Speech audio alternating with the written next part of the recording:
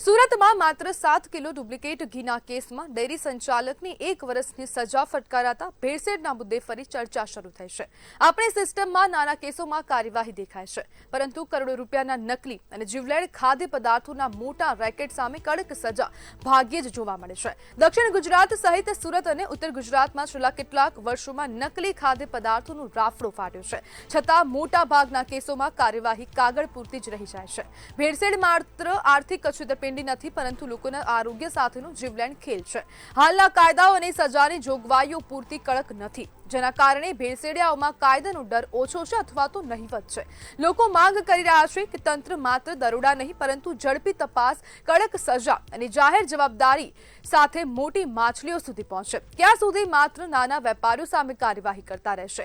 જો તંત્રને ખરેખર કાર્યવાહી કરવી હોય તો દરેક માટે સમાન કાર્યવાહી કરવી હવે અનિવાર્ય બની ગઈ છે, કારણ કે અવારનવાર આવી ઘટનાઓ બનતી હોય છે અને ભેળસેળ દક્ષિણ ગુજરાતમાં ખૂબ મોટા પ્રમાણમાં જોવા મળે છે। ઉત્તર ગુજરાતમાં પણ હવે મોટા પ્રમાણમાં ભેળસેળ થતી જોવા મળતી હોય છે, પરંતુ ક્યાંક ને ક્યાંક સવાલો થઈ રહ્યા છે, કારણ કે હવે તંત્રની જે કામગીરી છે તે શંકાના દાયરામાં છે। માત્ર નાના વેપારીઓની સામે કાર્યવાહી કરાવવામાં આવી રહી છે અને 1 વર્ષની સજા ફટકારવામાં આવી છે। 2011ની સાલનો આ કેસ હતો। લગભગ આજે આંકડા સામે આવી રહ્યા છે, તેના પરથી સામે આવી રહ્યું છે 15 વર્ષ બાદ, 15 થી 16 વર્ષ બાદ હવે આ કાર્યવાહી કરવામાં આવી છે। તેથી હવે તંત્રની કામગીરી પર પ્રશ્ન ઉભા થઈ રહ્યા છે। માત્ર 7 કિલો આ નકલી ઘી પકડાયું હતું, તેમાં વનસ્પતિ તેલની જે માપણી હતી, જે ટકાવારી હોય તે હવે વધુ જોવા મળી હતી અને 7 કિલો ઘીની અંદર જ તેમની પર 1 વર્ષની કાર્યવાહી કરાઈ। 15 વર્ષ બાદ કાર્યવાહી કરવામાં આવી છે, જેથી લઈને હવે તંત્રની કામગીરી પર અનેક પ્રશ્નો ઉભા થયા છે અને આજ મુદ્દે આપણી સાથે ચર્ચા કરવા માટે એડવોકેટ રાહુલ શાહ જોડાઈ ગયા છે। રાહુલભાઈ, હવે તંત્ર પર આક્ષેપો થઈ રહ્યા છે, માત્ર નાના વેપારીઓ પર કાર્યવાહી, મોટા વેપારીઓની સામે કોઈ કાર્યવાહી થતી નથી, શું કહેશો? જરૂરથી હાલ અત્યારે તમે જોઉં તો નામદાર કોર્ટ દ્વારા એ 1 વર્ષની સજા, એ જે આરોપીને 1 વર્ષની સજા ફટકારવામાં આવી છે એ ખૂબ જ મહત્વની છે અને આ એક દાખલારૂપ એક ઉદાહરણ છે કે જો તમે ખાદ્ય ભેળસેળ કરશો તો તમે કાયદાથી ઉપર નથી અને તમને જરૂરથી સજા મળશે અને 1 વર્ષની સજા અને 10,000 રૂપિયાનો દંડ પણ થયેલો છે। સુરત મહાનગરપાલિકાના વકીલ તરફે શ્રી હેમંતભાઈ ટોપીવાલા સાહેબના દલીલો દ્વારા આ આરોપીને સજા આપવામાં આવેલી છે અને તમે જોવું કે હાલ સુરતમાં ખાદ્ય પદાર્થોમાં ભેળસેળયુક્ત પનીર, મસાલાઓ, નકલી ઘી, પછી નકલી માવાઓ, નકલી ખાદ્ય તેલ વગેરે પકડાય છે, પરંતુ જે નાની માછલીઓ છે તે જ હાથમાં આવે છે, જે મોટા મગરમચ્છો છે એ હાથમાં આવતા નથી। તો આ સિસ્ટમને એ રૂપ છે કે સુરત મહાનગરપાલિકાએ કે આ જે મોટા મગરમચ્છો છે એને પણ ધ્યાનમાં લેવું જોઈએ।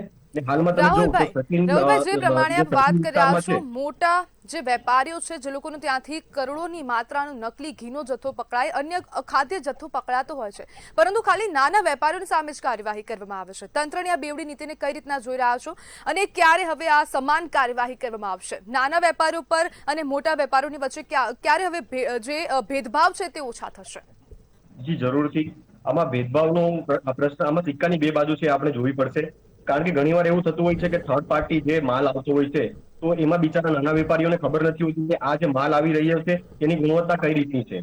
આપણે જોવાનું એ રહ્યું કે જે તંત્ર દ્વારા જે FSSAI એ લાયસન્સ આપવામાં આવે છે તેની ગાઈડલાઇન્સ એ કડક કરવામાં આવે, નિયમિત રૂપે એનું નિરીક્ષણ કરવામાં આવે છે કે જે માલ સામાન આવે છે તેની ગુણવત્તા કઈ રીતની છે અને ખાસ કરીને જે તંત્રના જે ફૂડ વિભાગમાં જે કર્મચારીઓ છે તેની સંખ્યા વધારવી જોઈએ, કારણ કે દિવસે ને દિવસે આપણે સુરત મહાનગરપાલિકામાં જે લોકોની સંખ્યા છે તે વધી રહી છે અને જે સ્ટ્રીટ ફૂડ છે એ લોકો વધારે ખાઈ રહ્યા છે, તો લોકોની સ્વાસ્થ્યની સંભાળ માટે પણ આ એક પગલાં એમના દ્વારા લેવા જોઈએ।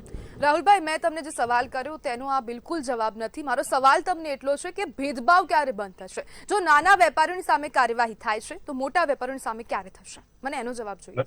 ઘણીવાર એવું થતું હોય છે કે જે મોટા વેપારી હોય છે તે રાજકારણ અથવા તો કોઈ એમના કનેક્શન જે હોય છે સિસ્ટમ સુધી પહોંચેલા હોય છે, તો તેના કારણે તે સીધી રીતે હાથ દોરી શકતા નથી, અથવા તો તેના મળતિયાઓ દ્વારા એ આ કામ કરવામાં આવે છે, તો તેના મળતિયાઓ દ્વારા જયારે આ કામ કરવામાં આવે છે તો એ સીધી રીતે પકડાતા નથી, પરંતુ આડકતરી રીતે એ આ નાના વેપારીઓ છે એ બિચારા આમાં સંડોળાઈ જતા હોય છે। તમે જો તો હાલ હજારો ટન નકલી ઘી અને નકલી પનીર પકડાયું છે, પણ તમે જો તો તંત્ર દ્વારા એની કાર્યવાહી જે રીતે કરવી જોઈએ એ રીતે કરવામાં આવી નથી. જે રીતની ઇન્વેસ્ટિગેશન કરવામાં આવી જોઈએ, જે રીતના તેના પેરામીટર દ્વારા જે નકલી ખાદ્ય પદાર્થોની ચકાસણી કરવી જોઈએ એ પણ કરવામાં આવી નથી. તો આ એક પ્રશ્ન ઉભો થાય છે અને તેની તંત્રએ એ ખૂબ જાતે એ ધ્યાન દોરીને એ લોકોને સજા અપાવવી જોઈએ, મારું એવું માનવું છે. તો રાહુલભાઈ, આપને શું લાગે છે કે ક્યારે હવે જે બે વેપારીઓની વચ્ચેનો જે ભેદ છે તે ઓછો થઈ જશે અને ક્યારે હવે આરોગ્ય વિભાગના અધિકારી, ફૂડ એન્ડ ડ્રગ્સ વિભાગના અધિકારીઓ સમાન કાર્યવાહી કરશે અને આ ભેળસેળ ક્યારે અટકશે? જરૂરથી માનનીય નામદાર કોર્ટ દ્વારા જયારે આ ચુકાદા, સ્ટ્રોંગ ચુકાદા આપવામાં આવે છે, આવા કડક ચુકાદાઓ આપવામાં આવે છે, તો ત્યારે મોટા વેપારી હોય કે નાના વેપારી હોય એ કાયદા સમક્ષ કોઈ મોટું નથી. અને જરૂરથી કોર્ટ દ્વારા અથવા તો જે મહાનગરપાલિકાના અધિકારીઓ દ્વારા છે એમને રજૂઆત કરીને એ જે આ પ્રક્રિયા છે એ કડક કરવામાં આવે અને કાયદા ઉપર કોઈ નથી એવું ધ્યાન રાખીને કે જ્યારે તમે કાયદાનું ઉલ્લંઘન કરશો તો જરૂરથી તમે મોટા હોય કે નાના હોય, ભલે તમને રાજકારણીય તમને સપોર્ટ મળે કે સિસ્ટમનો સપોર્ટ મળે, પણ તમે કાયદા ઉપર નથી અને તમને જરૂરથી એ સજા તમારે ભોગવવી પડશે. જી બિલકુલ રાહુલભાઈ, જોડાવા બદલ આપનો આભાર.